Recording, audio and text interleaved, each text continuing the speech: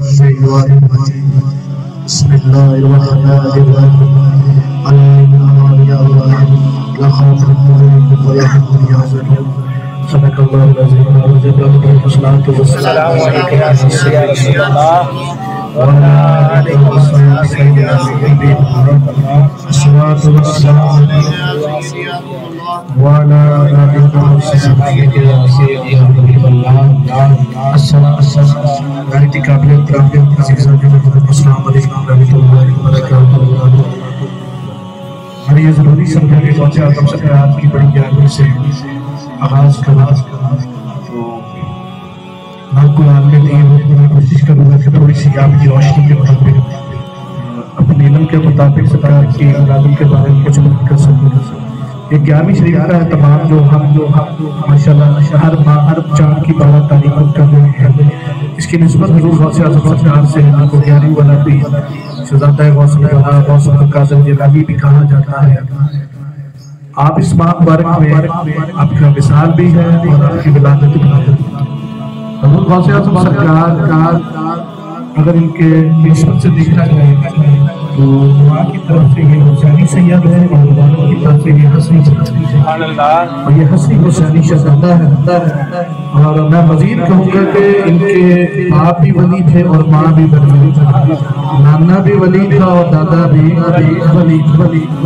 یہ نسبت ہے غوث اعظم سرکار کی۔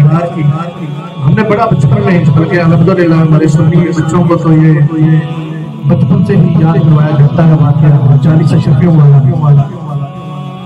حضور غوث اعظم سرکار کے جو والد کا وصال ہوا یہ 2 بھائی تھے۔ آپ کو بٹوارے میں 40 آپ کے بھائی کو لے دی اور 40 آپ کے حوالے کر دی۔ آپ کی والدہ ماجدہ نے آپ کو 40 اشرفیاں آپ کے حاصل میں دی اور آپ کو حکم دیا کہ بیٹا میں تمہارے پیچھے نہیں آ سکتی تو خبردار چلے جاؤ اور دین کا علم حاصل کرو۔ غوث پاک سرکار کے بچوں نے جو بیان تھا جو بے محل وغیرہ بھی ہوتے ہیں، بیان کو کھول کے نفوس اور شراب بھی کرنا شروع کری، کوئی اس کا کان پکڑے کوئی اس کو ڈوب دلائے۔ حضور غوث اعظم سرکار بھی بچوں کے ساتھ جا ملے تو جیسے ہی غوث اعظم سرکار نے جا کے اس بیل کے دم کو ہلایا تو بیل نے آپ کی طرف کر کے فرمایا یا غوث اعظم سرکار آپ بھی بچوں میں شامل ہو، آپ کا تو یہ مقام نہیں ہے۔ غوث اعظم سرکار بڑے پریشان ہوئے اور ڈر بھی گئے، حیران بھی ہوئے کہ یہ بیل جو ہے وہ بول رہا ہے۔ اب کئی بندوں کو یہاں پر ماشاءاللہ حوالے کی تکلیف ہو جاتی ہے تو حضور اکرم صلی اللہ علیہ وسلم کے دور میں ایک کتاب ہے کہ نام ہے اس کا جامعہ موجزہ۔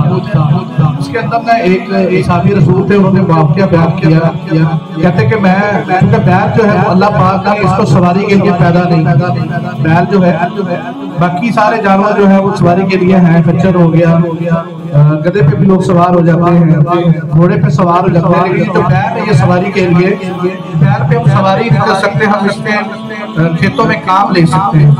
تو ایک جو صحابی رسول ہے وہ کہتے ہیں کہ میں بیل کی پشت پہ سوار ہو کے سواری کرنے لگا تو بیل نے مجھے منہ کر کے کہا کہ تجھے پتہ نہیں ہے کہ اللہ نے مجھے سواری کے لیے پیدا نہیں کیا تو مجھے سوار ہو رہا ہے۔ وہ کہتا ہے کہ میں بڑا حیران ہوا کہ تو کیسے بول سکتا ہے۔ کہتا ہے یہ معاملہ چھوڑ، اس سے زیادہ حیرانی کی بات یہ کہ مدینے میں اللہ کا رسول آ گیا اور تجھے کلمہ بھی نہیں پڑھا۔ تو کہتا میں وہ بات سن کر آپ تک پہنچا اور میں نے کلمہ پڑھی۔ تو یہ بیل کو اللہ پاک زبان دے دیتا ہے۔ غوث اعظم سرکار کو جب بیل نے یہ کہا تو آپ گھر کے آ گئے، جو تھی وہ کام مصروف ان کو بتایا، ماں نے ٹانگ توڑی نہیں ان کو بہتر بتایا۔ پھر جب حج کا مقام آیا حضور غوث اعظم سرکار فرماتے ہیں کہ مجھے گھر میں آوازیں شروع کی، لبیک اللہم لبیک لبیک۔ تو کہتے میں آواز سننے کے لیے چھت پہ چڑھا تو مجھے اپنے گھر کی چھت سے جلان شہر کے قصبے میں رہنے والے بغداد کے اندر چھوٹا سا قصبہ ہے، وہاں سے کہتے جب میں نے چھت سے دیکھا تو میدان عرفات میں مجھے لوگ حج کرتے نظر آتے۔ میں ڈر کے پھر نیچے آیا، بتایا وہاں کو معاملہ، تو انہوں نے فرمایا کہ مجھے آپ کے شکم میں جب آپ آئے تھے تب کئی بزرگوں نے آ کے مجھے خبر دینا شروع کر دی کہ تمہیں ولی اللہ کو جنم دینے والی ہو، تو چنانچہ کو بتایا کہ تم عام بچے نہیں ہو، تم خاص ہو۔ اللہ چن لیتا ہے۔ قرآن کی آیت ہے سورہ آل عمران آیت نمبر 74 ہے، یؤتی برحمتہ من یشاء واللہ ذو الفضل العظیم، جسے چاہتا ہے اپنی رحمت کے ساتھ خاص کر دیتا ہے، اور اللہ بڑے فضل والا ہے۔ لیکن نا کچھ آپ کے خاص ہیں، کچھ میرے خاص ہیں، اور کچھ اللہ کے خاص ہیں۔ اللہ کے خاص کون ہوتے ہیں؟ اللہ کے خاص وہ ہوتے ہیں جو اللہ کی اطاعت کرتے ہیں، اس کے رسول کی اطاعت کرتے ہیں، اور اللہ نے جو ہمیں راستہ بتایا اور راستے میں وہ چلتے ہیں۔ اور وہ راستہ کون ہے؟ ولیوں کا راستہ۔ ولیوں کے راستے پہ چل کے ہم جو ہیں وہ مقام حاصل کرتے ہیں۔ حضرت امام غزالی سے کسی نے پوچھا کہ کیا ولی جو ہے وہ بیٹا دے سکتا ہے؟ آج کل کے حوالے سے لوگ اکثر آتے ہیں سوال کرتے ہیں پیر نے فلاں کو دعا دی اس کو بیٹا ہوگا، فلاں کو دعا دی اس کا فلاں کام ہوگا۔ تو کسی نے پوچھا جا کہ امام غزالی سے کہا جو ولی ہے وہ بیٹا دے سکتا ہے؟